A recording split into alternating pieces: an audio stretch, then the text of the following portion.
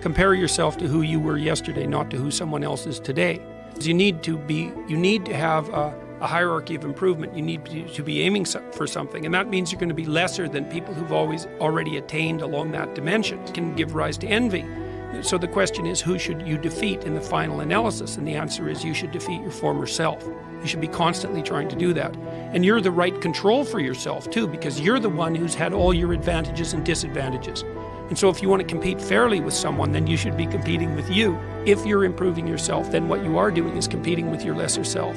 And then you might also ask, well, what is that lesser self? And that lesser self would be resentful and bitter and aggressive and vengeance-seeking and all of those things that go along with having a negative moral character. And those are things that interfere with your ability to progress as you move forward through life. So it's very necessary to understand that this is why, I've been stressing this idea of personal responsibility. It's like, well, personal responsibility is to compete with yourself, is to be slightly better than yourself the next day. Yes. And better in some way that you can actually manage, and that's humility. It's right, like, well, I'm a flawed person, I've got all my problems. Could I be as good as person X? It's like not the right question. The right question is, could you be slightly better tomorrow than your currently flawed self? And the answer to that is, if you have enough humility to set the bar properly low, then you could be better tomorrow than you are today. Because what you also have to do is you have to say, well, here's all my flaws and my insufficiencies, and the best that someone that flawed and insufficient could do to improve and actually do it is this. And that's not worth going out in the street and celebrating with placards, It's like, well, this is why I tell people to clean the room. It's not going to brag to someone that you did that. But someone as insufficient as you might be able to manage it. And that means you actually are on the pathway to self-improvement, and you're transcending your former self. Resilience, it's right. Like, look, You're not going to win it. You're not going to score on every shot. Right. Doesn't mean you shouldn't take the shots. Doesn't mean you shouldn't try to hit the goal. But part of being able to continue to take shots is to have the strength of character to tolerate the fact that in that instance you weren't on top. What's the right way of being in the world, if there is such a thing? And it's not acting according to a set of rules. It's attempting continually to transcend the flawed thing that you currently are. And what's so interesting about that is that the meaning in life is to be found in that pursuit. So I've been laying that out in these discussions too, because I say, well, the fundamental issue is that life is tragic and difficult, very tragic and difficult for everyone. And it's also tainted by malevolence, because no matter how things are tragic and difficult, but there's always some stupid thing that you could do or someone else could do that could make it even worse than it has to be. And so that's life. And you need an antidote to that, because that can embitter you. Constant contact with that. Just the tragedy, but the tragedy combined with betrayal and malevolence, that makes it even worse, especially if it's self-induced. Okay, so you need something to set against that so you don't get bitter and resentful. Well, what do you set against that? Doing something worthwhile. By your own definition, say. You need some reason to get the hell out of bed on a terrible day because you've got something good to do. Well, what's the best thing you can do? Transcend your current wretched and miserable self. There's meaning to be found in that, and and that's a meaning that's associated with responsibility. One of the things that I've been trying to lay out clearly is that life is hard. It's tainted by malevolence and betrayal. That can make you bitter. You need a meaning to offset that. Where's the meaning to be found? Not in rights, not in impulsive pleasure, but in responsibility. You take responsibility for yourself, so you take care of yourself. If you're good at it, you have some excess left over to take care of your damn family. If you're good at both of those, then you have some excess left over to take care of your community. Those are heavy burdens. You pick up the burdens, you find that's meaningful. The best way to pick up the burden is to continually improve yourself, and that's where the meaning is to be found. And so that meaning is in the continual self-transcendence.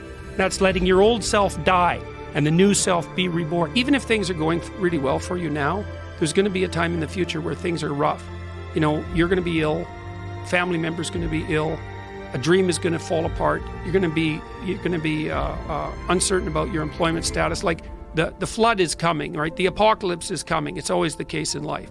And you have to be prepared for it. And the question is how to prepare for it. And the answer to that is to find a way of being that works even under the direst of circumstances. That's the issue. You've got the possibility to slowly raise yourself out of the mire. You've got the possibility to do just what the fighter does when he's defeated, which is to say, well, regardless of the circumstances that might have led to my defeat, Like, even if there were errors on the part of the referee, this is no time to whine about it. This is a time to take stock of what I did wrong so that I could improve it into the future. And that's the right attitude. The point is, your best strategic position is, how am I insufficient and how can I rectify that? That's what you've got. And the thing is, you are insufficient and you could rectify it. Both of those are within your grasp. If you aim low enough, it's like, well, I don't know how to start improving my life. Someone might say that. And I would say, well, you're not aiming low enough. There's something you could do that you are regarding as trivial, that you could do, that you would do, that would result in an actual improvement. But it's not a big enough improvement for you, so you won't lower yourself enough to take the opportunity. Aim low. And I don't mean don't aim, and I don't mean don't aim up. But you have to accept the fact that you can set yourself a goal that you can attain, and there's not going to be much glory in it to begin with. Because if you're not in very good shape, the goal that you could attain tomorrow isn't very glorious. But it's a hell of a lot better than nothing, and it beats the hell out of bitterness, and it's way better than blaming someone else. It's way less dangerous. And you could do it. There's a statement in the New Testament. It's called the Matthew Principle, and economists use it to describe how the economy in the world works. To those who have everything, more will be given. From those who have nothing, everything will be taken. It's like what's very pessimistic in some sense, because it means that as you start to fail, you fail more and more rapidly. But it also means that as you start to succeed, you succeed more and more rapidly. And so you take an incremental step, and, well, now you can lift 55 pounds instead of 52.5 pounds. You think, well, what the hell is that? It's like, it's one step on a very long journey. And so it starts to compound on you. So a small step today puts you in a position to take a slightly bigger step the next day. And then that puts you in a position to take a slightly bigger step the next day. You do that for 2 or 3 years, man, you're starting to stride. You know, and I have so many people coming up to me now. They say, look, I've been listening to your lectures, and I've been developing a vision for my life, and I've been trying to take responsibility, and I've been trying to tell the truth, and things are way better. And so that's absolutely perfect. It's the right way forward as far as I'm concerned. And those are people who, they took stock of themselves. They said, I'm in a dark place, and I'm a dark person, and here's some things that this dark person in this dark place could do. Little things that they could actually do. I'll clean up my damn room. I'll make my bed. I don't know how many people have come and told me. It's so strange. They said, well, I started making my bed and that made all the difference. It's like, well, yeah, you decided to aim up, man. And the first concrete instantiation of that was that you made your bed. And you think, well, that's nothing heroic. It's like, no, but aiming up is heroic. That's something. And then lowering yourself to the point where you're not above the mess in your room. You know, you're not superordinate to that. You lower yourself so that you straighten up. You're grateful for what you have right in front of you, and you take care of it and you put it in order. It's like all of a sudden things start to get better. And it's so wonderful to be doing this tour, because that's what this tour has been about for me. It's not political.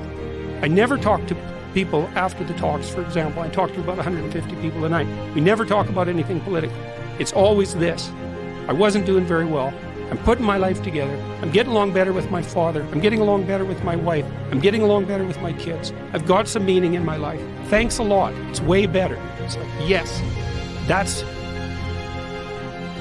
the right thing. Well, the self-esteem movements and all of that will accept yourself the way you are. It's like, no, because you need a trajectory. And one of the things that I think, one of the reasons that audiences are responding to what I've been saying in my lectures and what I've been writing about is that I don't tell people that they're okay the way they are. No, I say, no, you could be way more than you are.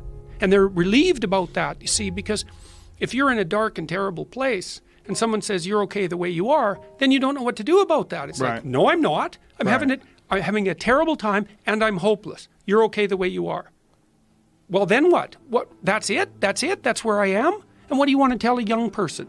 You're 17. You're okay the way you are. It's like, no, you're not. You got 60 years to be better. And you could be way better. You could be incomparably better across multiple dimensions. And in pursuing that better, that's where you'll find the meaning in your life. And that will give you the antidote to the suffering. You have to impose order. People have asked me in my book why I wrote it as an antidote to chaos, because, well, there isn't anything technically wrong with chaos. Chaos is a place of great potential. Well, the question is, what's the proper balance between chaos and order? Chaos, potential, and order. Well, the answer is, look, when you're a kid, you're all potential. It's chaotic potential. It can manifest itself in any number of ways. And maybe you don't want to give that up. So you're like Peter Pan. You want to be a kid forever because you don't want to give up the potential. And you look out in the world and all you see are Captain Hooks, who've lost a hand, who are chased by death, because that's the clock in the crocodile. It's already got a taste of him. He's terrified by death and he's a tyrant. Well, I don't want to grow up to be that. So I won't be disciplined at all. Well, that's no good, because the way the potential transforms itself into actuality is through discipline. And so then as you said, this is the trick though. You have to pick a path of discipline. What path of discipline you have to pick is a different issue. You have to discipline yourself. And the issue is, well, how? That's not really the relevant question. You can pick a disciplinary path. That's why I often tell my clients, especially young people, they say, well, I don't know what to do. It's like, that's okay. Nobody does. Go do something. Do the best thing that you can think of. Put the best plan you have into practice. It's not going to be perfect, and it will change along the way. But it will change partly because you become disciplined pursuing the path. And as you become disciplined, you become wiser. And as you become wiser, you become able to formulate better and better plans.